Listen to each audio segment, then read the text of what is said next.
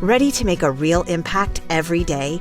Join the Active Day Home Care team and help clients maintain their independence in the comfort of their own homes. Make a difference in someone's life as you provide essential daily assistance and protect their health and happiness. Earn up to $20 an hour and enjoy additional perks like optional daily pay, 401k, paid time off, ongoing educational training, and more. Join a team that values care, compassion, and your professional growth. Visit activeday.com to apply. Before we begin, do you have a theory about this case or a story of your own? Leave a message on our socials. Our handles are all just Nightwatch Files without the space, or head over to nightwatchfiles.com to find them all in one place. Your insights might be featured in a future episode. I'm Harper Finley, and this is Nightwatch Files.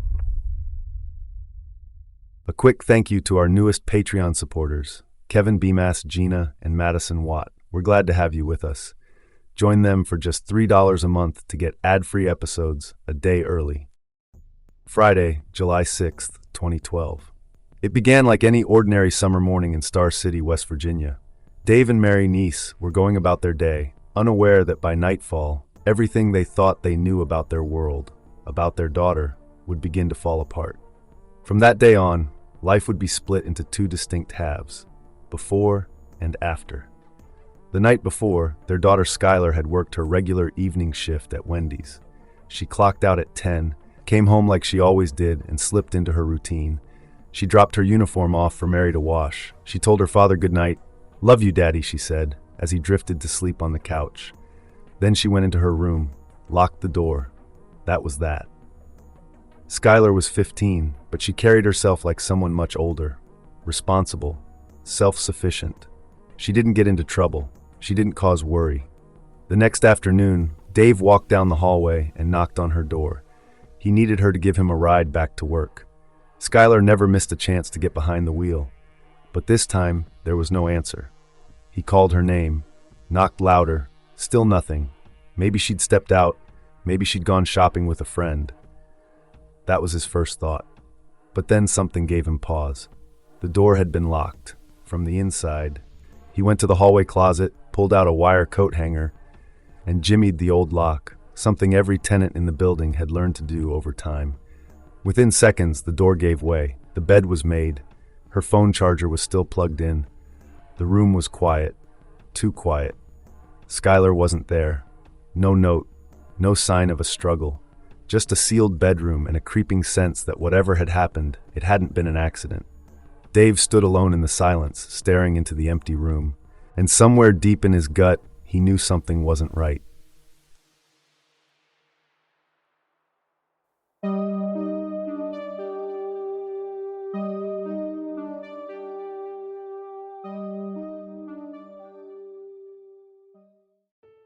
In Star City, West Virginia, nestled in the shadow of Morgantown's rolling hills, the Neese family led a quiet life. Their world wasn't extravagant. It didn't need to be. Because for Mary and Dave Neese, everything began with a moment that might have seemed trivial to someone else. It was outside a local bar where Dave, a DJ known around town, was nursing a shattered jaw after being jumped by 3 men. Mary, a stranger at the time, saw the crowd and pushed her way through. She didn't ask if she could help. She told him she was taking him to the hospital. Dave couldn't speak, but he could listen. And while his jaw was wired shut, he was certain of one thing. Mary was the most beautiful woman he had ever seen. He scribbled a note asking her to the movies. Mary, who'd once had a crush on the DJ, couldn't believe it was happening. They started dating. He still couldn't talk, but she didn't care. In the months that followed, their bond deepened. Mary described it as effortless, as if she'd always known he was the one. That certainty only grew stronger when she found out she was pregnant. At first, she was terrified. She worried she wasn't cut out to be a mother. But all of that disappeared when their daughter, Skylar Annette Neese, came into the world on February 10, 1996. Mary later called it instant love. They never became wealthy. There were no family estates or expensive trips. The Neeses lived paycheck to paycheck. But in their home, love was constant. Skylar grew up in a household where laughter and debate were daily staples. Mary held the family together with humor and resolve. Dave and Skylar were inseparable, best friends who turned the mundane into play. One of their favorite games was baby body slam. He'd toss her gently onto the bed, her laughter echoing through the house. She was fearless. Dave saw it early. On a trip to the beach, Skylar, despite not knowing how to swim, ran straight into the ocean. That trip was only possible because of an accident. A few days before Thanksgiving in 1999, Mary had just dropped Skylar off at daycare when a lumber truck in front of her suddenly reversed. She laid on the horn, tried to back away, but there wasn't time. The truck climbed onto the hood of her car. The airbags deployed, snapping her left forearm. When she woke up, blood was dripping down her arm. Her hand hung limply, and she had to lift it with the other just to move it. She was alone. Skylar wasn't in the car. That was all that mattered. The injury required surgeries, metal plates, and months of recovery. Eventually, her arm returned to near full strength. The insurance company covered her medical bills and offered a settlement. It wasn't a fortune, but it was enough for a modest trip to Ocean City the following summer. For a family that rarely had anything extra, that meant the world. At home, Skylar's sharp mind and strong sense of fairness kept everyone on their toes. She was never one to let an argument slide, even when it came to football. Dave, a passionate West Virginia University fan, was watching a game one day when Skylar came into the room. She saw him yelling at the screen, furious at a player's mistake. She asked him calmly, "Daddy, what do you care? So they lose. Why get all worked up about it?" He tried to defend himself, citing a missed play. She didn't back down. "How does that affect you?" she asked.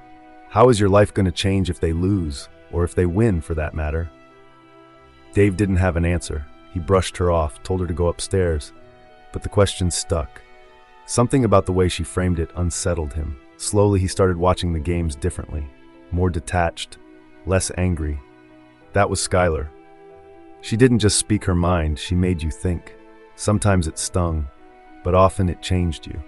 The Neeses' lives were shaped by resilience, love, and a daughter who never let the people around her grow stagnant. Skylar wasn't content with the surface of things. She saw deeper, and she expected others to do the same. They had no idea then just how much her presence, her fire, and her convictions would come to define not only their family, but the community they lived in. Sheila Ray Eddy was an only child. Her mother, Tara Eddy Clendenin, raised her alone in the small, economically depressed town of Blacksville after divorcing Sheila's father in 2000. Greg Eddy had suffered a traumatic brain injury in a car crash that left him permanently disabled. He wasn't always dependable, but he never stopped loving Sheila. He was known to show up at the golf course asking for a sody pop for his daughter, still talking about her like she was a little girl. Tara did what she could. She struggled financially, but worked hard to become an accountant. Neighbors described Sheila in different ways. Some said she was quiet, others found her strange. One even recalled hearing Sheila threaten her own mother. Her cousin believed her parents were permissive. There were signs of trouble early on, but they were easy to dismiss. In 2010, when Sheila was 16, everything changed. Tara remarried, this time to Jim Clendenin, a coal mine foreman. The family moved to nearby Morgantown, and with that came a new life. Manicured nails, straightened hair, expensive clothes. Sheila was given the world she'd never had in Blacksville. But Sheila's most important connection wasn't new. She'd known Skylar Neese since the second grade. They'd first met at the Shack Neighborhood House, a community center just outside of Morgantown, spending their summers swimming, winters at each other's homes. Their mothers were close in age and had known each other as teenagers. Now they were starting high school together at UHS, and Sheila was ecstatic. To outsiders, Sheila was boy-crazy and sharp-tongued. She leaned on charm and flirtation. At her previous school, she'd been popular. At UHS, she was relatively unknown. But with Skylar by her side, she found her footing again. Skylar's cousin, Kyle Mashad, had already taken a disliking to Sheila years earlier. He called her a bad seed. Whether he saw something others missed or just didn't like her, it's hard to say. But Kyle wasn't the only one. At UHS, many students described Sheila as the least liked of the trio. That trio was completed by Rachel Schoaf.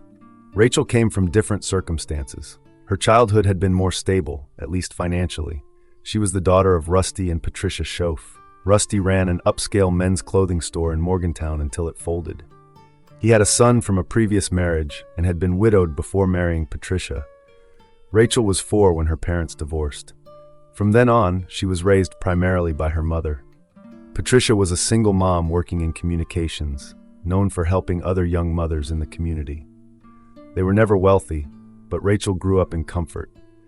She was an anxious child at home, but nurturing with others. She loved to sing and act. Her favorite game when she was younger was playing Blue's Clues on the family computer. As she got older, she began volunteering with the Special Olympics, where friends recalled she fiercely protected the kids she worked with. Rachel didn't grow up with Skylar or Sheila. Her family didn't move in the same circles. But during their freshman year at University High School, the 3 girls were placed in the same class. From there, things moved quickly. They became inseparable.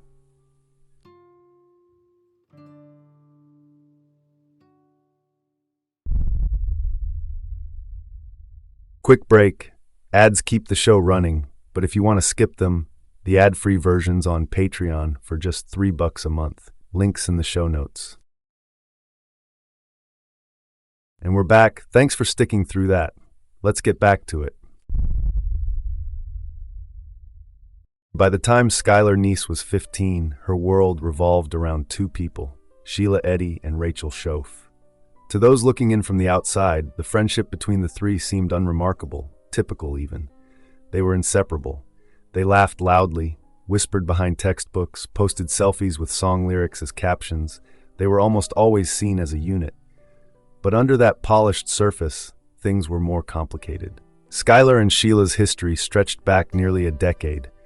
Their connection was familiar, deeply rooted. When Sheila transferred to University High School in October 2010, it felt like a reunion. Both girls were thrilled. Sheila requested a class schedule that matched Skylar's in full. It was a deliberate move and one that drew them even closer. Not long after, they met Rachel Schoaf. The 3 were placed together in a freshman class, and something clicked. Rachel was new to their dynamic, but it didn't take long for her to fit in. And soon, they became what some teachers and classmates would later call a package deal. Each girl brought something different to the table. Skylar was the achiever. She took honors classes, maintained strong grades, and had clear goals: a scholarship, college, law school. She was serious about her future, but she also had a quiet magnetism. Her friends described her as compassionate, sharp, and loyal to a fault. At home, she was affectionate and talkative, especially with her mother. She helped around the house, stayed up late talking about her dreams. Mary Neese later said her daughter had a heart big enough for everybody. Sheila was confident and assertive. She'd been popular at her old school in Blacksville. At University High, she was starting from scratch, but she didn't seem to mind. Her looks and sharp tongue drew attention. She knew how to work a room or a classroom and used flirtation to hold influence over people. Though she was bright and made good grades, classmates described her as dramatic and divisive. Rumors clung to her. Still, people gravitated toward her, especially Skylar. Rachel was the performer. She came from a more affluent background and had a talent for the spotlight, singing, acting, leading youth events at her church. She volunteered regularly at the Special Olympics and was vocal about her Catholic faith. She came off as polite, disciplined, and soft-spoken. But in smaller groups, Rachel could be intense. She cared deeply about how others saw her, and at times seemed to lose herself in the personalities of the people she was around. Together, they balanced each other out, at least on the surface. Outside of school, they were often on the move, driving around town, smoking weed, laughing at inside jokes. The joyrides gave them a sense of freedom. They'd park in empty lots, scroll through Twitter, or talk for hours about boys, their futures, their frustrations. Sometimes they'd drink at sleepovers, usually vodka. Sheila's house was the preferred gathering place. Her mother, Tara, didn't set many rules. She trusted the girls to take care of themselves. They used that space as their own, a little kingdom where they could be reckless without consequence. Skylar, in particular, cherished the friendship. In a journal entry written for Honors English in September 2011, she described her feelings with unmistakable sincerity. "I'm closer to Sheila than anyone I've ever met. I can't imagine life without her. Of Rachel, she wrote, "We've formed a bond that will last a lifetime. Without her, life would be dull." To Skylar, these weren't passing friendships. They were central to her identity. But the power within the trio wasn't equally distributed. Sheila had an undeniable pull. In one video posted online, the three girls are seen playing a game. Which way would you rather die? The camera captures the tone clearly. Sheila is directing, setting the terms. Rachel and Skylar echo each answer with near simultaneous agreement. Their voices are lighter, almost performative, while Sheila's is firm. She's in control. When Sheila got a car, that control only expanded. It was a gift from her mother and stepfather after she turned 16. With it, she gained mobility and autonomy. She became the driver in every sense of the word. Other teens speculated she used her car to manipulate situations, deciding who got a ride, where they'd go, when they'd leave. It was subtle, but unmistakable. And Skylar began to change. Her mother noticed it first. The girl who used to stay up late laughing in the kitchen had grown more irritable. She argued more. Her tone had shifted. She'd picked up on Sheila's sarcasm, even using it against her parents. Mary Neese believed her daughter was trying to impress Sheila, trying to match her attitude, her confidence, her edge. Still, Skylar held on to the friendship. She saw the best in people. She didn't back away from those she loved, even when they started to drift. But behind the scenes, tensions were beginning to build. Sheila was becoming more erratic. There were small things. She once manipulated a classmate into stealing test answers from a teacher's desk. Not for advantage, but for amusement. It was a power play, and Rachel went along with it. As the months wore on, Skylar's place in the trio began to feel less secure.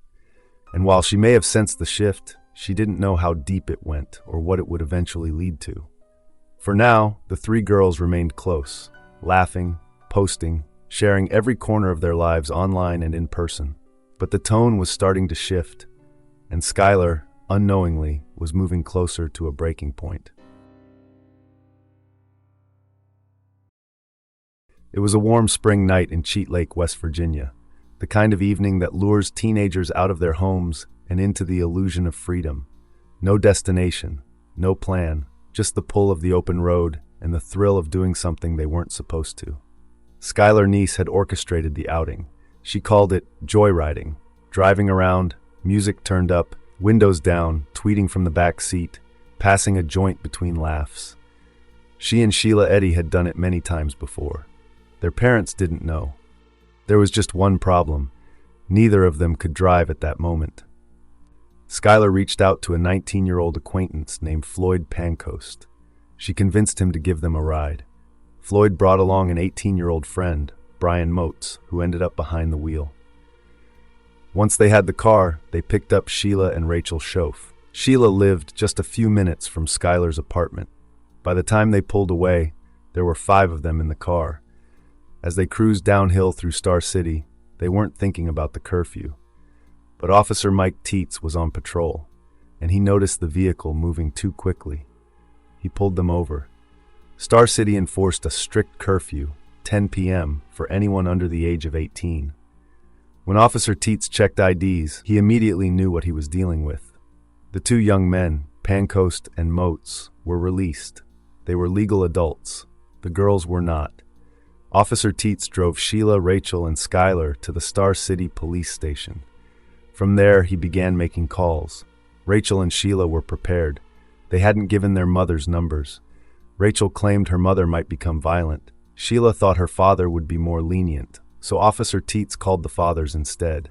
Both men arrived, quietly collected their daughters, and slipped them back into their homes. Neither Tara Eddy Clendinen nor Patricia Schoaf found out what had happened that night. Skylar didn't have the same option. Her family didn't own a home phone. Mary and Dave Neese didn't have cell phones. Only Skylar did, and only for emergencies. So Officer Teets drove her home himself. When he pulled up outside the apartment, Mary and Dave were waiting. Skylar stepped out of the patrol car nearly hysterical. She was inconsolable, not because of the scolding she expected from her parents, but because she believed Rachel was going to be beaten. "It's all my fault," she sobbed. She admitted she'd planned the whole thing, that the joyride had been her idea. Her guilt was raw and immediate. Mary tried to cut through the panic. She warned her daughter of what could have happened, of what teenage boys were capable of. "What if they hurt you?" she asked. "What if they raped you? Killed you?" Skylar didn't argue, but her focus remained on Rachel. "Rachel's going to be in such trouble," she kept repeating, over and over. It was a side of Skylar her parents hadn't seen before, this level of self-reproach, this fear for someone else's safety. It hit Mary and Dave hard. She had already punished herself, that much was clear. So they let it go. There was no grounding, no confiscated phone, no restrictions, just a long talk and a silent, mutual decision that the lesson had been learned.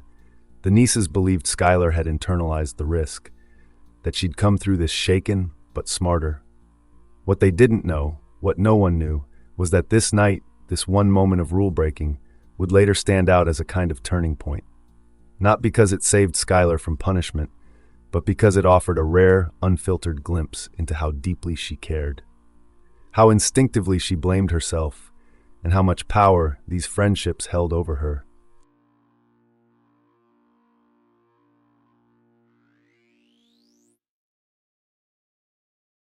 Friday, July 6, 2012. For Dave and Mary Neese, the morning began like any other, but by the end of the day, their world would be split into two parts, before and after. Skylar had worked her usual shift at Wendy's the night before. She clocked out at 10, came home and went through her routine, dropped her dirty uniform off for Mary to wash, said goodnight to her father, "Love you, Daddy," as he dozed off on the couch. Then she went into her bedroom and locked the door. It was nothing unusual. Skylar was responsible, self-sufficient, 15 going on 25. The next afternoon, Dave knocked on her bedroom door. He wanted her to drive him back to work. If Skylar knew the car would be available, she never wasted time. But this time, there was no answer. He called her name. Still nothing. His first thought was that maybe she'd gone shopping with a friend, but then he paused. He remembered something that didn't add up. Her door had been locked from the inside. He retrieved a coat hanger from the hallway closet. The locks in the apartment were old and easy to pop. Within seconds, the door opened. The bed was made. The room was empty. There was no note, no sign of Skylar. Dave's unease deepened. He picked up the phone and called Mary. She told him to stay calm. Maybe Skylar had stepped out and accidentally locked the door behind her. But Dave's instinct said otherwise. Something wasn't right. He didn't wait. He took the day off from work, telling his supervisor he had to find his daughter. He stepped out onto the small balcony to smoke, hoping it would help him think. That's when he noticed something that made the bottom drop out of his stomach. A small black vanity bench sat just beneath Skylar's bedroom window. It was positioned carefully, angled toward the wall. Dave walked down to get a closer look. The screen was off the window, leaning against the building. The glass pane was open. That's when it hit him. Oh my God, she snuck out. He called Mary again. This time there was no calming him down. She left work immediately, and the pieces started falling into place. Mary remembered noticing bruises on Skylar's thighs recently. She'd brushed them off at the time. But now it was obvious. Skylar had been climbing out the window. Dave reached for the phone and called Sheila. If anyone knew where Skylar was, it would be her. Sheila sounded casual. She said she'd spoken to Skylar around midnight, but hadn't seen her since. Nothing out of the ordinary. By now, Mary was home too. They waited, hoping she'd come back. That this would all turn out to be a misunderstanding. Then Wendy's called. Skylar hadn't shown up for her shift. Mary's voice shook. She told Dave to call 911. Officer Bob McCauley arrived at the apartment at 4:41 p.m. Soon after, Sheila called again, this time to tell Mary the whole truth. She and Rachel had picked Skylar up around 11 p.m. the night before for a joyride. They'd driven around for a bit, and then dropped her off near the end of the street around 11:45, far enough from the building so Skylar could sneak back in without waking her parents. The story was plausible. Skylar had done it before. She was willful, independent, and headstrong. Mary and Dave believed it. But Mary wasn't satisfied. She asked their landlord, Jim Gaston, if they could review the building's surveillance tapes. Gaston agreed, and soon the group gathered. Dave, Mary, Officer McCauley, Sheila, and Sheila's mother, Tara. They fast-forwarded through the early morning footage. At 12:31 a.m., Skylar appeared. She moved quickly across the parking lot toward a waiting vehicle. It was grainy, low-res, a blurry gray car. Skylar opened the back door and climbed in. There was no struggle, no hesitation. Whoever was inside, she knew them. Sheila looked at the screen and said the car wasn't hers. Hers was a silver Toyota Camry. She claimed she dropped Skylar off before midnight. The theory formed quickly. Sheila and Rachel dropped Skylar off. She must have snuck out again. Someone else, someone in that second car, must have picked her up. The Neeses clung to the idea that this was a runaway situation. Maybe she was hiding out with friends. Maybe she was angry and needed time. But Dave couldn't shake the dread. He said later that when he saw that footage, the quick walk, the silent climb into the car, it felt like he was watching his daughter disappear. The car drove off into the dark, and Skylar Neese was gone.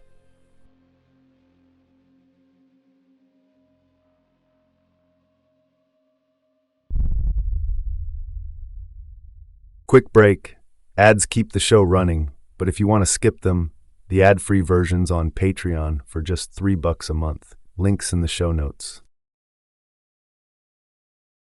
And we're back. Thanks for sticking through that. Let's get back to it. In the early days after Skylar Neese disappeared, the search felt like a united front. Neighbors, friends, and strangers came forward. Volunteers combed sidewalks, wooded paths, and creek beds. The hope was fragile, but it was still alive. One of the first to offer support was Sheila Eddy. On Saturday, July 7th, the day after Skylar vanished, Sheila and her mother, Tara Eddy Clendenin, joined Mary and Dave Neese to canvass the neighborhood. They printed flyers, knocked on doors, walked the winding trail that ran along the river, an old railway bed now used for jogging and biking. Sheila clutched the posters as tightly as Tara held Mary's hand. At times, Sheila broke down in tears, hugging Mary like a sister. Tara promised they'd be back the next day, and the day after that, as long as it took. To Mary, it was comforting. The girls had been inseparable for years. Seeing Sheila cry over her missing friend, clutching a pillow in Skylar's room, sobbing into it like she belonged there, Mary didn't think twice. She rubbed Sheila's arm and told her it would be okay. Sheila kept coming back. She asked questions, lots of them. What are the police saying now? Did they find anything? Any updates at all? And Mary answered. She answered every time. Unbeknownst to the Neeses, Officer Jessica Colbank was beginning to look at Sheila with different eyes. On July 8th, Officer Bob McCauley handed off the case. Star City PD needed someone full-time, and Colbank, who just returned from 2 days off, took the file. The contents gave her pause. The cell phone records were already in. They showed a tight web. Most of Skylar's activity centered on just two names, Rachel Schoaf and Sheila Eddy. Colbank had a reputation. She wasn't a detective by title, but she had the instincts for it. She studied suspects carefully, paid attention to voice, to body language, to the cracks that formed when someone told a lie twice. And Sheila's story, from the beginning, didn't sit right. I found it hinky, she later said. To Colbank, this wasn't a runaway. Something was off, and Sheila and Rachel were hiding it. Still, the search continued. On July 10th, Sheila went with her distant cousin, Chrissy Swanson, and another friend to put up more flyers in Fairview. Chrissy had made dozens of copies. They stapled them to poles, taped them to shop windows, covered the area in Skylar's face. They ran out of time before they ran out of flyers. Later, Chrissy found the extras in her trunk and couldn't bring herself to throw them away. But something strange began to happen. The posters kept vanishing. At a grocery store in Saberton, they were taken down repeatedly. The same thing happened at a local beauty salon. Mary's sister, Carol Michaud, had asked a beautician to hang one up in the window. It was taped at all four corners, but not long after, it was gone. The shop owner remembered something. That same day, Sheila and Tara had come in. Tara was getting Sheila's hair highlighted. Carol didn't know what to make of it. Maybe Sheila took it down herself. Maybe Tara did it, trying to protect her daughter from the distress of seeing her friend's face plastered everywhere. But the effect was the same. Skylar's name was being erased. On July 12th, Skylar's cousin, Ricky Woodall, posted on Facebook. She didn't know Skylar personally. She'd never met Mary or Dave. But she wanted to help. "She's a wild one," Ricky wrote, "so we're hoping it's just an extended teenage party break. But the thought of it being something else is terrifying." It was well meant, but inaccurate. And it reflected something deeper, how easy it was to accept the version of Skylar she projected online. Not the girl who still carried childhood stuffed animals in her backpack, who planned to become a lawyer, who adored her dog Lilu and hated injustice. Her image had become a shadow of herself, something edited, sharpened, distorted. On Friday, July 13th, a new lead came in. A girl matching Skylar's description had been seen in Carolina Beach, North Carolina. She'd been spotted walking the boardwalk with a red-haired girl. Mary and Dave didn't hesitate. Their car wasn't in the best shape, but they were ready to risk it. Carol Michaud stepped in. She offered her own vehicle. The drive would take nearly 9 hours, but if it meant finding Skylar, if there was even a chance, it was worth it. Officer Colbank didn't share their optimism. She'd seen Skylar's digital footprints. The fighting between the three girls, Skylar, Sheila, Rachel, was unmistakable. Even if Skylar had left on her own, the situation was more complicated than it appeared. She called Rachel. Rachel was at church camp. She claimed she didn't even know Skylar was missing. The lead turned out to be false. The girl in North Carolina was a runaway, but not Skylar. When Mary and Dave returned home, the weight of it all hit them like a collapse. Skylar's phone was still at home, her charger untouched, her contact lenses, her beloved dog. She hadn't planned to be gone for long. Mary said it out loud for the first time on Sunday, July 15th. "I don't think we're getting her back." Carol felt it too. It was as if something had settled, cold and silent, in all of them. A feeling they couldn't shake, a certainty they didn't want to name. It had been nearly 2 weeks since Skylar Neese vanished through her bedroom window into the quiet West Virginia night. Her parents had plastered her photo across town, hoping someone had seen her, hoping she had simply run off for a few days and would come walking back through the front door. But Officer Jessica Colbank, now lead investigator on the case, wasn't hopeful.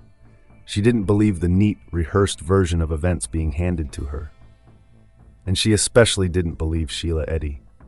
From the beginning, Colbank had sensed something was wrong. The story Sheila told didn't hold together under even mild scrutiny. The details were too tidy, the timeline too convenient, the tone of her voice detached, emotionally hollow. Now it was time to speak to Rachel Schoaf, the other girl who, according to Sheila, had been with Skylar the night she disappeared. That interview took place on Thursday, July 19th. By this point, Rachel had been home from church camp for several days. She had promised to visit the station to give her account. She never showed. So Colbank, accompanied by FBI Special Agent Morgan Spurlock, decided to go to her directly. They arrived at the Schoaf residence, a modest split-level home in Morgantown. They were led inside by a neighbor, Kim Keener, after Rachel's mother, Patricia Schoaf, was reached by phone and gave permission for the interview to proceed. Inside the house, the setting was casual, but the tension was palpable. Rachel sat in the upstairs living room across from Officer Colbank on the couch, while Agent Spurlock took a nearby chair. Several others, Rachel's boyfriend, Mackenzie Boggs, Patricia's friend, Kelly Kearns, and neighbor Kim Keener, were present in the house. They eventually stepped downstairs, giving the group some space, but not complete privacy. Rachel's demeanor during the interview didn't exactly match that of a panicked or distraught teenager. She wasn't trembling, she wasn't crying, she wasn't begging for her friend to be found. Instead, she looked irritated. She doodled absent-mindedly on a notepad with a pencil. She avoided eye contact. She seemed bothered by the fact that she had to answer the same questions she had already discussed with others, particularly Sheila. And yet, that's precisely what raised red flags. When asked to recount what happened the night Skylar disappeared, Rachel offered the same story Sheila had already told, almost word for word. According to her, she and Sheila had picked up Skylar around 11 p.m. on the night of July 5th. The three girls had gone out for a ride, smoked a little weed, talked, drove around for a bit, and then, sometime around 11:45 p.m., Skylar became angry for reasons Rachel couldn't clearly explain. Rachel said that Skylar demanded to be let out, not in front of her building, but at the end of the street on University Avenue, away from where her parents might hear the car pull up. That was the last time, Rachel said, that they saw her. She claimed she wasn't sure exactly where they'd driven during the ride. She said she had been pretty messed up, that she hadn't been paying attention to the roads.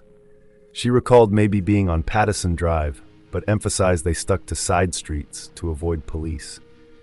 That detail struck Colbank as implausible. Pattison Drive was one of the busiest roads in the area. If they were trying to avoid attention, they wouldn't have taken that route, and Rachel's inability to name a single street beyond that felt, to Colbank, like deliberate deflection. Especially when Rachel quickly added that Sheila was the driver, so she would know better. Colbank had seen this pattern before. People who lie often try to stall. They answer questions with questions, they dodge specifics, they redirect, and they do it with rehearsed certainty that begins to unravel when pressure is applied. Rachel's tone, her body language, and her vague account all fell into that pattern. Worse, she had already given Colbank a reason to doubt her. Just days earlier, when Colbank tried contacting Rachel at church camp, Rachel claimed she didn't even know Skylar was missing. For a girl supposedly so close to Skylar, part of a trio that had once seemed inseparable, that excuse didn't add up. When Colbank asked if she'd seen or heard anything, Rachel brushed it off and suggested she call Sheila instead. She said Sheila was closer to Skylar than she was. Another red flag. During the interview, Special Agent Spurlock pulled out a map of Star City in hopes that visual cues might help Rachel piece together where they had driven that night. He told her plainly that no one cared about the marijuana. What they cared about was Skylar. Rachel gave little in return. Downstairs, Rachel's boyfriend, Mackenzie, listened to parts of the conversation and seemed confused. Afterward, he told Kim Keener that the story he'd always heard was that Skylar was dropped off by 11:45 p.m., home safe. What Rachel was saying now didn't exactly contradict that, but it had shifted in tone. There were new details, subtle changes, hesitations. Keener, for her part, didn't hold back. She said what no one else was yet willing to say out loud. "You don't sneak out and get back home at 11:45, she told Mackenzie. "You sneak out at 11:45. Rachel, according to those watching her that day, seemed to be unraveling. Not all at once, but slowly. She wasn't just repeating a story. She was trying to maintain one. For Colbank, the interview confirmed what she had suspected from the start. Rachel wasn't telling the truth. Neither was Sheila. Both girls were lying. Colbank couldn't prove it yet, but she could feel it in the way Rachel spoke, in the inconsistencies, in the rigid timeline that didn't account for real life. In the absence of grief or confusion, there was no genuine panic, no emotion that matched the magnitude of what had supposedly happened to their best friend. What stood out most wasn't what Rachel said, but what she didn't say. There was something hollow in her tone, a trace of shame, and beneath that, fear. Not the kind of fear that comes from being in trouble, the kind that comes from knowing something awful. When the interview ended, Officer Colbank left the chauffeur home with more questions than answers, but with one certainty in mind. The truth wouldn't come willingly. She would need phone records. She would need data. She would need to trace their movements, message by message, location by location. Because whatever happened to Skylar Neese that night, Rachel and Sheila were at the center of it. And they weren't talking. Not yet.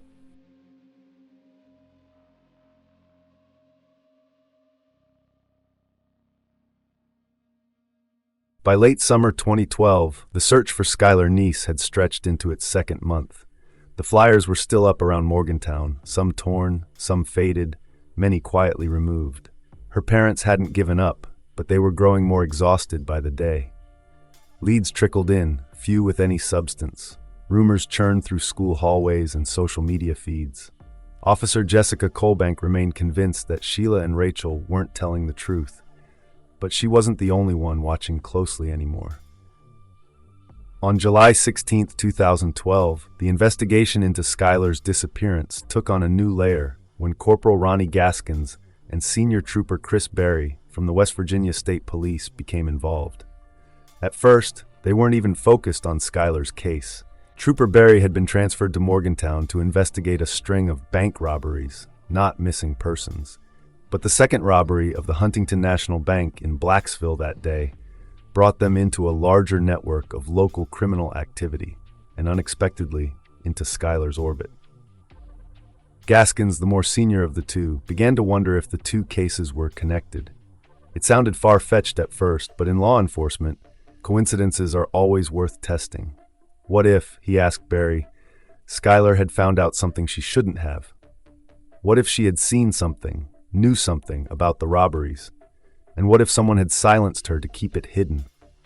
On July 19, during a routine interview with a suspect in the bank robberies, Derek Conaway, Gaskins cracked a joke that changed the course of the case.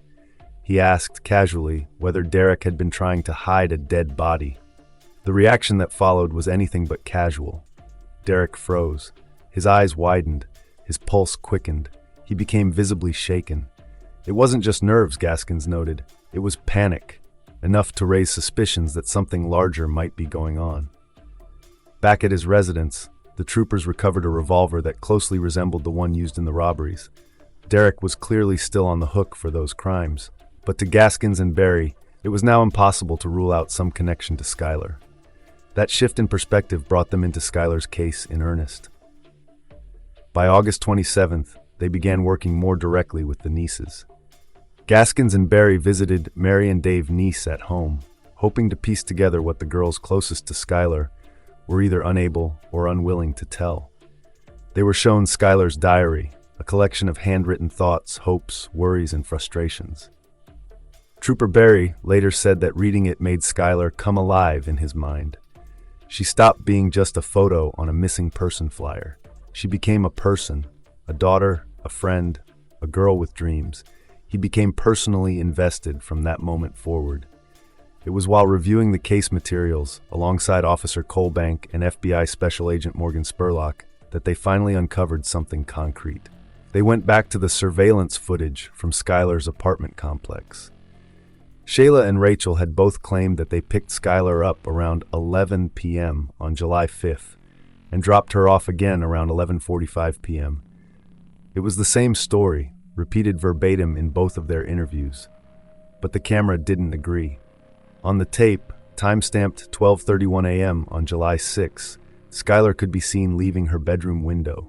She moved quickly across the parking lot, climbed into the back seat of a blurred-out gray sedan, and shut the door behind her. There was no earlier footage showing a car pulling in at 11 p.m., no sign of an earlier drop-off at 11:45. That meant one thing. Sheila and Rachel had lied. The car they claimed not to recognize was Sheila's, a silver Toyota Camry, the exact make and model Sheila drove. Once Barry caught the detail, he walked Gaskins through it. Gaskins didn't hesitate, he agreed. The realization hit hard. "The girls are definitely lying," Barry said. It was a turning point, described later as a major crack in the stone wall the girls had built around their version of the truth. But that wall was about to collapse from another direction entirely. That same winter, Rachel Schoaf began to unravel. Her emotional decline had started months earlier, not long after Skylar disappeared. Friends and school staff had noticed. She cried constantly. Her grades slipped. She used marijuana heavily. At home, she picked fights. At school, she withdrew.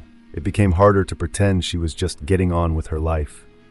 And by the end of December 2012, her behavior turned violent. On the evening of December 28, Rachel exploded. It happened at her family's home. Her mother, Patricia, said something that triggered her, something ordinary but enough to light the fuse. Rachel snapped. She screamed at her parents in the driveway, "You're ruining my life," then hit Patricia in the face hard enough to leave a bruise. She hurled a candelabra at the wall and stormed upstairs, barricading herself in her room. Behind the locked door, she kicked holes in the wood and shoved a dresser against it. Then she screamed something that no parent can ignore. "I'm gonna kill myself!" A neighbor overheard the threats and called 911. When the state troopers arrived, they found Rachel back downstairs, exhausted, trembling, sitting on the couch. Her parents were shaken, both slightly injured in the chaos. Patricia, initially furious and asking for Rachel to be arrested, was advised by the troopers to consider a different path. They recommended a mental hygiene hearing, a legal process that would allow her to be evaluated and treated. The Schofs agreed. That night, Rachel was taken to Chestnut Ridge Center, a psychiatric hospital in Morgantown. She would stay there for 5 days, receiving care and evaluation. During that time, Sheila Eddy tried several times to visit her, but security turned her away each time. Patricia had made it clear only family would be allowed in. Whatever hold Sheila once had over Rachel, emotional, social, or otherwise, was starting to crack. Even Sheila could feel it. Rachel was at her breaking point, and in just over a week, she would do the unthinkable.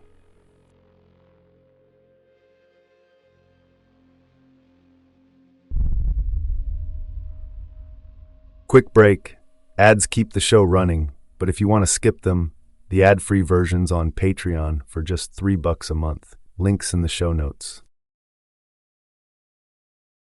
And we're back. Thanks for sticking through that. Let's get back to it. By the start of December 2012, Corporal Ronnie Gaskins believed the investigation was closing in. On December 1st, both Sheila Eddy and Rachel Schoaf were interviewed separately. It was during these interviews that Gaskins noticed a critical inconsistency. Rachel had changed her story. She no longer claimed they'd dropped Skylar off at the end of her street. This time, she said they took her to the Conaway House, a property in Blacksville. It was a small but significant shift, one that Sheila hadn't been warned about. Later that day, Sheila contacted her attorney, apparently panicked, and attempted to adjust her own version of events. She now claimed they'd dropped Skylar off at a house in Blacksville as well, but it didn't match Rachel's version. For Gaskins, that was confirmation. Rachel had altered the story without looping Sheila in, and Sheila, trying to catch up, had only revealed how deeply their narratives were unraveling. It was the moment Gaskins quietly moved both girls from persons of interest to official suspects. And yet, the case remained open without definitive proof of what had happened to Skylar. That changed in early January 2013. On January 3rd, just 5 days after being released from Chestnut Ridge, Rachel Schoaf met with her attorney John Angotti, FBI Special Agent Rob Ambrosini, and Corporal Ronnie Gaskins. What began as another routine inquiry about Skylar's disappearance turned into the most pivotal moment in the investigation. Gaskins and Ambrosini began by gently revisiting old questions. Was there an accident? An overdose? Had something gone wrong that the girls were too afraid to admit? Rachel didn't stall this time. She looked at the men in the room and said it out loud. "We stabbed her," she added. "Sheila and I, we stabbed Skylar." The room went silent. Gaskins later said he had braced himself for this possibility, but hearing it out loud was still surreal. Rachel explained that the three of them had driven out to a remote spot. There was no argument. There was no confrontation. The act, she claimed, was planned. When asked why she and Sheila had done this, Rachel didn't offer justification. She didn't try to soften it. Her only explanation was, "We just didn't like her." The confession was chilling in its flatness. Rachel showed them a 3-inch scar on her ankle. She explained that Skylar had grabbed at her leg during the struggle, clawing at Rachel's knife in a desperate attempt to survive.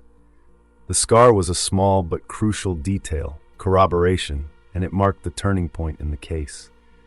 In exchange for a plea deal, Rachel agreed to lead authorities to Skylar's body. The first attempt came the very same day, January 3rd, but thick snow covered the hills and back roads. Rachel tried to retrace her steps but couldn't locate the exact spot. The landscape had changed. It had been almost 6 months since the murder. The cold made everything look different. But by January 16, after the snow had melted, the search resumed.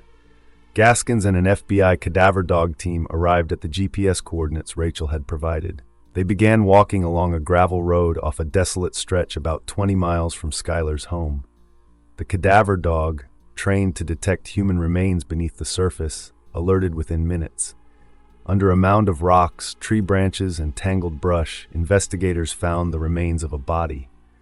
The first items Gaskins recognized were pieces of clothing, a yellow print shirt, and a pair of green shorts, stained and weathered, but matching exactly what Skylar had been wearing the night she disappeared. The clothing had degraded from months of exposure, but the sight of them was unmistakable. Then came the detail that struck everyone at the scene cold. Skylar's head was missing. They would later confirm that animals had scattered parts of her remains in the months since the killing, but in that moment, the scene was haunting. The violence of what had happened, the casual cruelty of it, was finally visible. 2 months later, on March 13, 2013, the U.S. Attorney's Office made it official. The body found in the woods had been positively identified as Skylar Neese, based on DNA evidence processed by the FBI laboratory in Quantico, Virginia.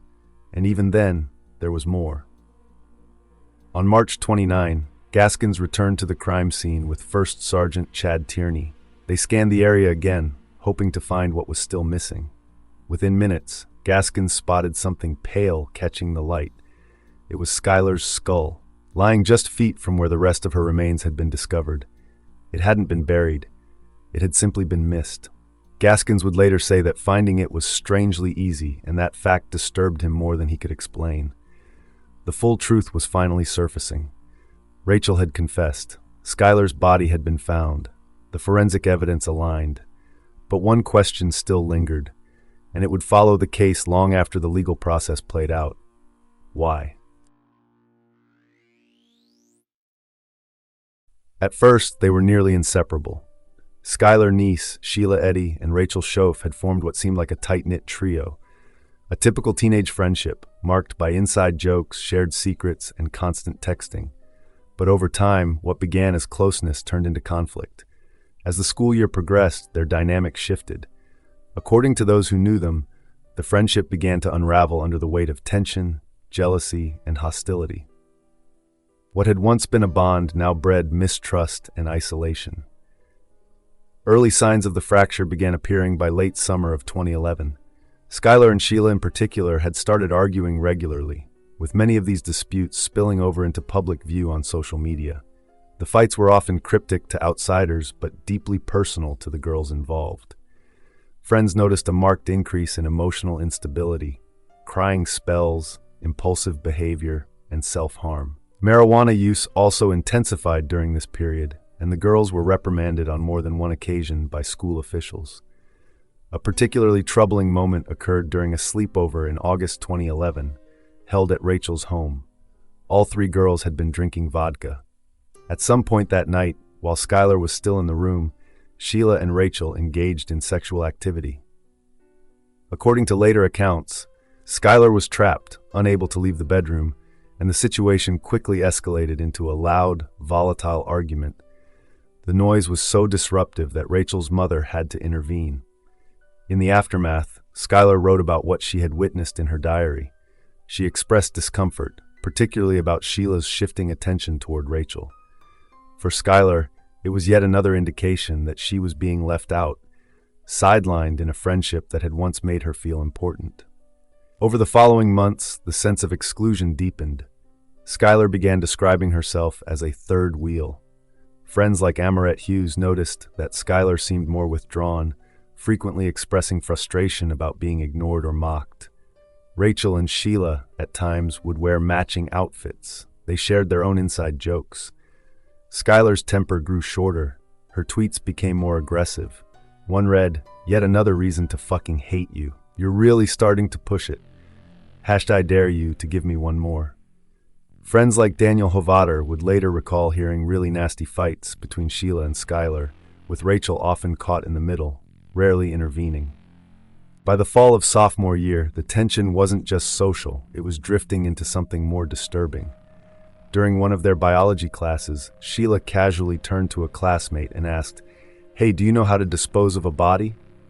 Rachel, sitting beside her, reportedly leaned over and whispered, "Shh, no names." Not long after, Sheila turned her attention to the teacher and asked, seemingly out of nowhere, what kind of acid could dissolve a human body. According to Rachel's later confession, this was when the idea of killing Skylar first emerged. Not as a concrete plan, but as a concept. Something theoretical. A disturbing what-if that both girls entertained more seriously than they admitted at the time. Skylar was not unaware of the shift in tone. She had been told by Nick Tomasky that Sheila and Rachel were making violent jokes about her. When confronted, the girls framed it as a game, just playing Would You Rather, and making dark jokes about death. Skylar tried to laugh it off, but her social media posts told a different story. On September 6, 2011, she tweeted, "I'd tell the whole school all the shit I have on everyone, which is a lot. Hashtag if I could get away with it." That line, cryptic and charged, was interpreted later as a warning. Skylar, who had seen and heard more than most of her classmates realized, was signaling that she could expose secrets.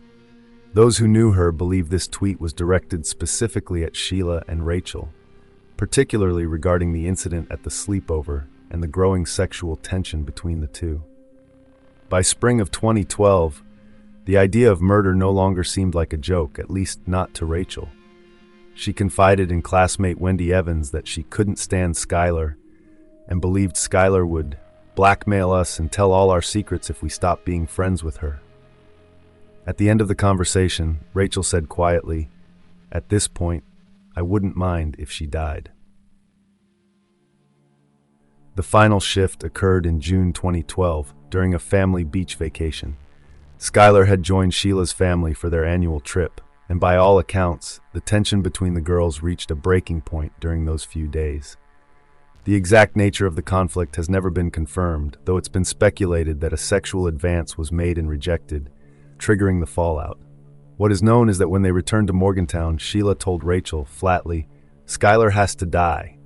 Now." From that moment on, the plan was no longer theoretical. Sheila and Rachel began researching methods. They debated whether to shoot her, stab her, or dispose of her in some other way. They looked up techniques for severing the jugular vein, believing it would bring a quick death. They talked about acid baths and feeding the body to pigs before settling on a spot they both knew well, a secluded patch of land behind Sheila's father's property in Brave, Pennsylvania, where they had often gone to smoke marijuana. It was familiar, private, and remote.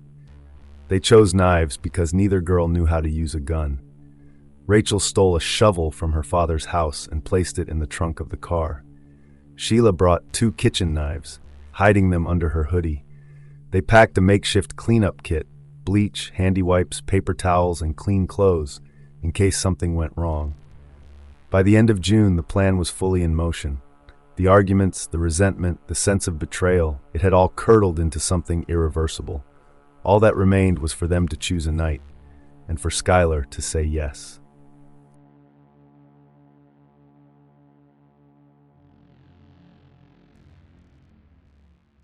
July 6, 2012. Skylar Neese agreed to go out with Sheila Eddy and Rachel Schoaf that night, under the impression it would be like so many of their past late-night drives. Just the 3 of them, smoking, laughing, and venting about whatever was weighing on them. Her original plans had changed. The church camp she was set to attend had been postponed due to a violent derecho that had passed through the region. With the weather cleared and a free night ahead, Skylar saw an opportunity to unwind before Rachel left town again. She spent the evening texting with friends, including Eric Finch, unaware of what was waiting for her just beyond the city limits. That night, she also appeared to be upset with one of the girls. At 10:48 p.m., she posted a vague but pointed message on Twitter. "You doing shit like that is why I will never completely trust you." No one knew at the time how deeply that line would resonate in hindsight. At 12:31 a.m., Skylar climbed out of her bedroom window and quietly moved a small vanity bench she used to help lower herself from the sill. She stashed it around the corner of the apartment building and then walked toward the waiting silver Toyota Camry parked just out of view. There was no hesitation in her step, no indication of alarm. She got into the back seat without incident. It was Sheila's car, and the people inside weren't strangers. The 3 girls set off into the early morning darkness. As they left the city limits, a state police cruiser briefly appeared on the road ahead. Knowing they were underage and carrying marijuana, Sheila turned the car around, taking a different route to avoid being seen. They joked and laughed, outwardly calm. But inside, 2 of them already knew how the night would end. As one later put it, their thoughts in that moment were chillingly in sync. "You have no idea, Skylar. No idea at all." They headed north on I-79, took the Mount Morris exit, and drove west on Route 7 toward Blacksville. From there, they turned onto Morris Run Road, a narrow, rural stretch that cut through woods and hills still scarred from the recent storm. It was a place all three knew well. They had smoked there before. Skylar had no reason to feel uneasy. Sheila eventually pulled over about a mile south of her father's house. It was late and the road was quiet, the kind of silence that isolates, the kind of place where no one would hear what was about to happen. In the trunk, they had brought everything they believed they would need: bleach, paper towels, clean clothes, a trash bag, and weapons. 2 kitchen knives hidden under Shayla's and Rachel's hoodies. They stepped out of the car together, heading a short distance down the road. According to later testimony, Sheila pulled out a joint pretending to light it, but her lighter wasn't working. Skylar turned back to the car to get her own. That moment, when her back was turned, was the agreed-upon signal. Rachel began a quiet countdown. 1, 2, 3. On that third beat, both girls attacked. Skylar was struck from behind. Confused and wounded, she stumbled and tried to flee, but Rachel tackled her in the middle of the road. She fought hard. Skylar was small but physically strong and not easily overpowered. In the chaos, she managed to grab Rachel's knife, slicing open Rachel's ankle in the process. Despite her resistance, Skylar was overwhelmed. The stabbing intensified. The attackers became more frantic. Rachel and Sheila continued to strike, their efforts described by prosecutors as increasingly savage. It was clear from the nature of the wounds, 30 to 50 stab wounds in total, that the killing was personal. Prosecutors later referred to it as overkill. Skylar, bleeding and fading, cried out the only question that ever mattered: why? No answer came. As her strength drained away, Skylar stopped moving. Eventually, she stopped breathing. The girls watched her die. During the frenzy, both Sheila and Rachel accidentally pocket-dialed people. Sheila called her own voicemail, and Rachel unknowingly dialed an ex-boyfriend. Neither call resulted in contact, but the accidental dials would later serve as quiet reminders of how frantic and disorganized the murder truly was beneath its planned exterior. With Skylar dead, Sheila and Rachel dragged her body off the road and toward a shallow area near a creek, trying to dig a grave. But the ground was too hard, the soil rocky and uncooperative. After several failed attempts, they gave up. Instead, they pulled debris, branches, leaves, loose stones over her body, covering her as best they could. They stripped out of their bloody clothes and used the wipes and paper towels to clean themselves. They had prepared for this. They each had a spare set of clothes. Everything else, the knives, Skylar's purse and iPod, the used cleaning supplies, and the shovel, was stuffed into trash bags.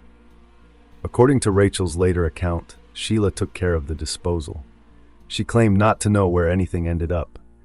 Investigators would later learn that Officer Jessica Colbank suspected the girls had celebrated after the murder, possibly by having sex, a disturbing detail that pointed to the bond they believed had been solidified through killing. The entire sequence, from the drive to the attack to the cover-up and the cleanup, took just over 3 hours. By dawn, Skylar Neese was gone. Her body was hidden, and her 2 killers were back in Morgantown, returning to the routines of teenage life, texting, tweeting, smiling, lying. The plan had worked. For now.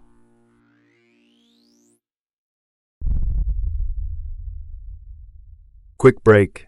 Ads keep the show running, but if you want to skip them, the ad-free version's on Patreon for just $3 a month. Links in the show notes. And we're back. Thanks for sticking through that. Let's get back to it. The discovery of Skylar Neese's remains brought with it a complex and painful form of resolution for her parents, Mary and Dave Neese. While the confirmation of their daughter's death marked the end of the long period of uncertainty, it did not soften the devastation. It only reinforced what they had feared all along. In February 2013, weeks before any public announcement had been made, Mary privately shared the news of Skylar's confirmed death with 2 of Skylar's closest friends, Daniel Hovatter and Hayden McLeod. She didn't want them to hear it from a press release. The news became public during a candlelight vigil held on February 10, 2013, what would have been Skylar's 17th birthday. Monongalia County Commissioner Tom Bloom quietly pulled Dave Neese aside during the gathering. He informed him that Skylar's body had been found and that Rachel Schoaf had confessed to her murder. Dave, stunned but composed, passed the information along to people who had spent months helping the family search, supporters like Tammy Henry and Becky Benson Bailey, so they could finally put down their flyers and stop looking. The tragedy was far from over. Despite the confession and identification of Skylar's remains, the Greene County coroner, Gregory Rohanna, refused to release the body to her family. Rohanna claimed that further investigation was needed and that the FBI still had custody of the remains. His refusal sparked public backlash. Mary and Dave, exhausted and grieving, began organizing a picket in front of the coroner's office. That protest never happened. Rohanna eventually relented, agreeing to release Skylar's body back to West Virginia. But the damage was done. The Neeses were not only mourning the loss of their daughter, they were being forced to fight for her even in death. On the morning of May 1st, 2013, Rachel Schoaf turned herself in to Monongalia County Circuit Court. Having been transferred to adult status, she formally pleaded guilty to second-degree murder. Until sentencing, she was held at the Northern Regional Juvenile Detention Center in Wheeling, West Virginia. Her sentencing took place on February 26, 2014. Judge Russell Clauges Jr. handed down a 30-year sentence with eligibility for parole after 10 years. Rachel stood in court and addressed the Neese family directly. She said, "I am so sorry. I don't know if there's a proper way to make this apology, because there are not even words to describe the guilt and remorse that I feel for what I've done." Her attorney emphasized that Rachel had shown genuine remorse and prayed daily for forgiveness from the Neeses, from her own family, and from the community at large. In contrast, Sheila Eddy maintained her innocence for almost 9 months following Rachel's confession. Even after failing 2 polygraph tests in December 2012, she refused to admit any role in Skylar's death. Sheila was arrested later the same day Rachel entered her plea, May 1st, 2013, in the parking lot of a Cracker Barrel. Corporal Ronnie Gaskins, Agent Morgan Spurlock, and Trooper Chad Tierney took her into custody without incident. On September 4th, 2013, Judge Clauges transferred Sheila's case from juvenile to adult court. That ruling allowed her name to be released publicly for the first time. Later that month, a grand jury indicted Sheila on 4 felony charges: first-degree murder, kidnapping, and 2 counts of conspiracy to commit kidnapping and murder. At her arraignment on September 17, Sheila entered a plea of not guilty to all charges. But on January 24th, 2014, Sheila changed course. In a surprise courtroom development, she pleaded guilty to first-degree murder. The plea carried a sentence of life in prison with mercy, making her eligible for parole after 15 years. She was transferred to Lakin Correctional Facility for Women on January 29. Unlike Rachel, Sheila offered no apology and expressed no remorse. Her attorney read a prepared statement acknowledging the Neese's pain, but Sheila remained silent. The lack of contrition was noted by the judge and would be remembered by the parole board. The case attracted national attention, and the public's interest did not stop at sentencing. In an episode of the podcast 3, titled Why, hosts Justine Harmon and Holly Milla interviewed Stormy Wilson, a former inmate who had served time at Lakin Correctional Center alongside both girls. Lakin, nicknamed Camp Cupcake, after Martha Stewart's more famous stint at Alderson, is often criticized for its relatively comfortable conditions. Wilson noted that inmates have access to music, video games, and tablets, and are able to stay in near constant communication with the outside world. Sheila and Rachel, serving time for one of the most high-profile murders in West Virginia's history, quickly became Lakin's most recognizable inmates. According to Wilson, both received stacks and stacks of fan mail, with enough outside support that they would never be without, even if their families were no longer involved. Wilson described Sheila as someone who thrives in prison. Popular among other inmates, Sheila had formed what Wilson called her own little colony, adding, "She's like the queen ant." Rachel's experience behind bars appeared markedly different. Wilson said, "I don't think she's going to survive anywhere." Despite the nature of their crimes, both girls found opportunities within the system. Each earned a culinary degree. Rachel additionally obtained a cosmetology license, organized prayer groups, led the choir, and participated in holiday plays. She even married another inmate, a woman named Amy, after Amy's release, though the marriage ended in divorce by 2022. At her 2023 parole hearing, Rachel Schoaf acknowledged, publicly and under oath, for the first time that she and Sheila killed Skylar to protect a secret. The two were in a sexual relationship and feared being outed. Dave Neese attended the hearing and repeated what he had expressed many times before. Skylar was denied every life experience because of two people who had once called themselves her best friends. He told the board, "Because of the malicious monster, my child will never get a limo ride to her prom. Instead, she got a ride in a coroner's vehicle. There was no sparkling gown for Skylar, just a body bag. She will never have a certificate of graduation, only a death certificate, because of this inmate's actions." The board denied Rachel Schoaf's request for parole. She had been written up for a disciplinary infraction since her last hearing, and she still lacked a post-release housing plan, both key factors in the board's decision. She was told to return for a new hearing no sooner than June 2025 and was advised to maintain a clean record if she hoped to be reconsidered. According to the West Virginia Division of Corrections and Rehabilitation, Rachel's projected release date is April 30th, 2028. Sheila Eddy, serving life with mercy, will have her first parole eligibility hearing after May 1st, 2028. Whether she will show any remorse by then, or whether it will matter, remains to be seen.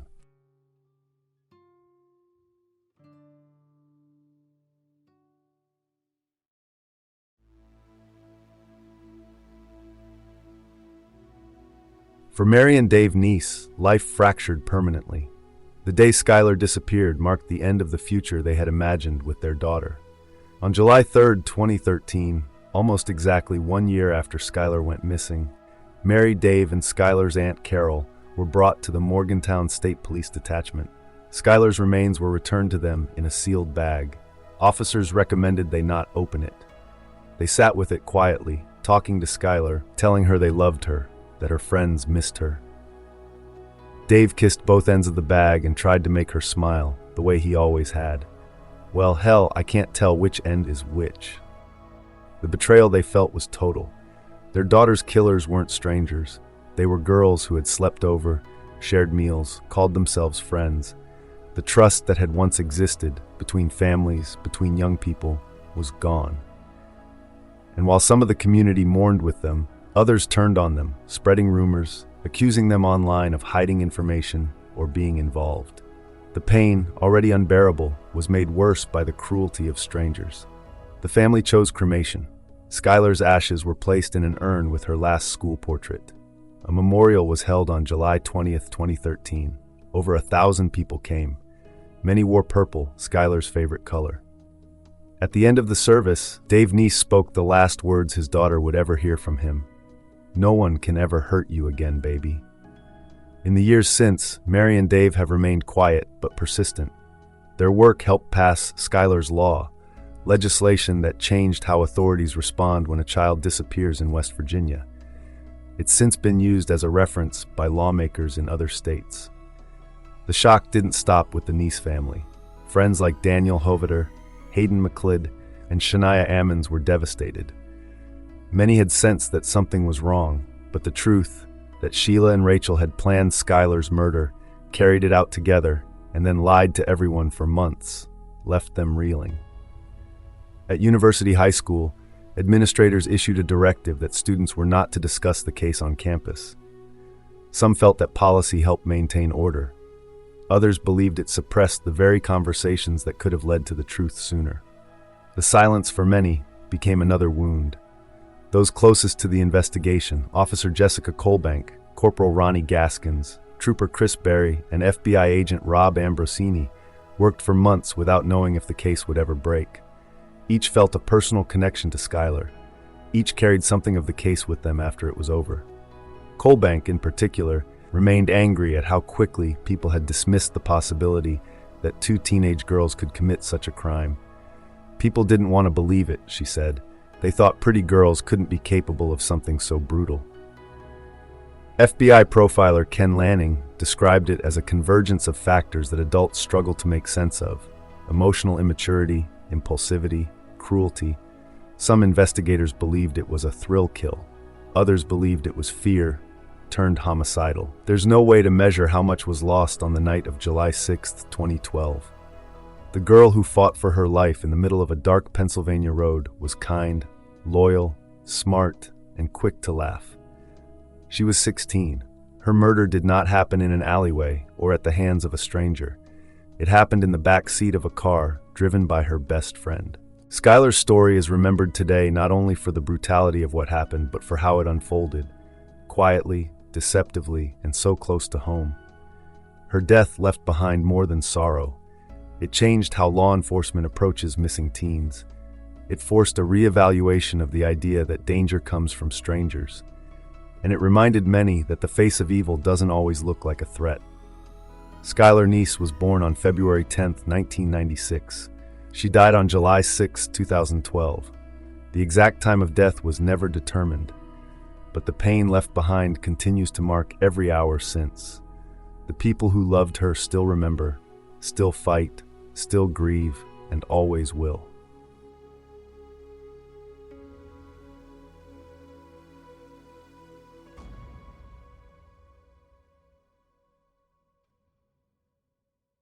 For more information on this case, Night Watch Files would like to recommend Pretty Little Killers: The Truth Behind the Savage Murder by Delene Berry and Jeffrey C. Fuller, which heavily informed this episode.